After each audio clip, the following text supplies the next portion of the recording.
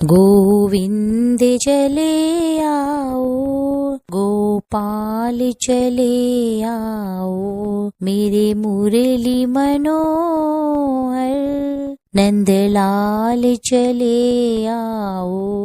प्रेम से बोलिए जय श्री हरे कृष्णा। आप सभी को चैत्र मास के कृष्ण पक्ष की पाप मोचनी एकादशी की ढेरों हार्दिक शुभकामनाएं। पाप मोचनी एकादशी का व्रत सभी एकादशियों में अति उत्तम व्रत माना जाता है। पाप मोचनी एकादशी का व्रत करने से भक्तों के सभी पापों का अंत होता है और पापों के अंत से मन निर्मल होता है। निर्मल मन में ही श्री हरि का वास होता है। आज की इस वीडियो में मैं आपको पाप मोचनी एकादशी की व्रत कथा सुनाऊंगी। आप सभी श्रोतागण इस कथा को पूर्ण रूप से सुनकर रसपान कीजिए। एकादशी व्रत की महिमा के बारे में स्वयं भगवान श्री कृष्ण ने धर्मराज युधिष्ठिर को बताया था। उन्होंने व्रत कथा सुनाते हुए कहा कि राजन, एक समय राजा मधांता ने लोमश ऋषि से यह पूछा कि हे मधुसूदन, यह बताइए कि जो भी मनुष्य जाने अनजाने में जो भी पाप कर्म करता है और उससे वह कैसे मुक्त हो सकता है। तब लोमश ऋषि ने यह कथा सुनाई। उन्होंने बताया कि कैसे चैत्ररथ नामक सुंदर वन में जवान मेघावी ऋषि तपस्या करने में लीन थे। तभी वहाँ पर एक बहुत सुंदर अप्सरा आई जिसका नाम मंजू घोषा था। वह ऋषि पर मोहित हो गई और उन्हें अपनी ओर आकर्षित करने का प्रयास करने लगी। उसी समय कामदेव भी वहाँ से गुजर रहे थे।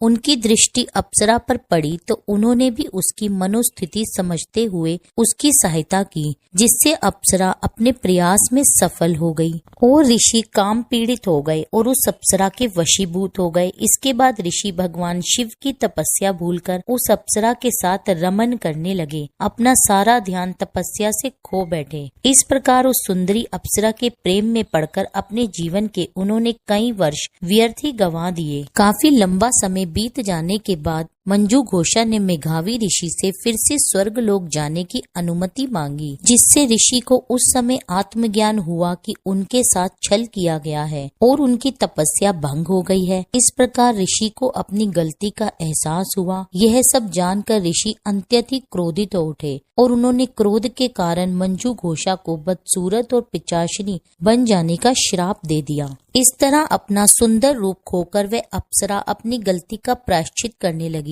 तब वह अपनी गलती के पश्चाताप के लिए ऋषि के चरणों में गिर गई और क्षमा मांगने लगी। कई बार प्रयासों के बाद ऋषि ने अपना क्रोध शांत करके उसे चैत्र मास के कृष्ण पक्ष की एकादशी के दिन आने वाले व्रत के बारे में बताते हुए कहा कि तुम सभी अनुष्ठानों का पालन कर पूरे विधि विधान से इस व्रत को रखोगी, तब तुम्हें मेरे द्वारा दिए गए श्राप से मुक्ति मिल जाएगी। मंजू घोषा ने ऋषि द्वारा बताए गए इस पाप मोचनी एकादशी व्रत को पूरी सच्ची श्रद्धा और पूर्ण विश्वास के साथ नियमों का पालन करते हुए किया, जिससे उसे उसका खोया हुआ सुंदर रूप सौंदर्य वापस मिल गया और वह ऋषि को धन्यवाद देती हुई वापस अपने स्वर्ग लोक को प्रस्थान कर गई। इस घटना के बाद मेघावी ऋषि अपने पिताजी के आश्रम में गए और सारी घटना को उन्हें विस्तार पूर्वक बताया। इस पर उनके पिता चौहान ऋषि ने कहा कि हे पुत्र, ये तो तुमने भी बहुत बड़ी गलती की है, जिससे कि आज तुम भी पाप के भागीदार बन चुके हो। इसलिए तुम्हें भी पाप मोचनी एकादशी का व्रत अवश्य ही करना चाहिए। तब मेघावी ऋषि ने भी पूर्ण श्रद्धा, विश्वास और नियमों का पालन करते हुए इस एकादशी व्रत को रखा, जिसकी पुण्य प्रताप से वह ऋषि भी पाप मुक्त होकर अंत में स्वर्ग लोक को गए। पाप मोचनी एकादशी व्रत अति उत्तम व्रत है, जिसके रखने मात्र से सभी मनुष्यों के सभी प्रकार के पापों का अंत हो जाता है और इस व्रत को करने से 100 गोदान करने के बराबर फल प्राप्त होता है।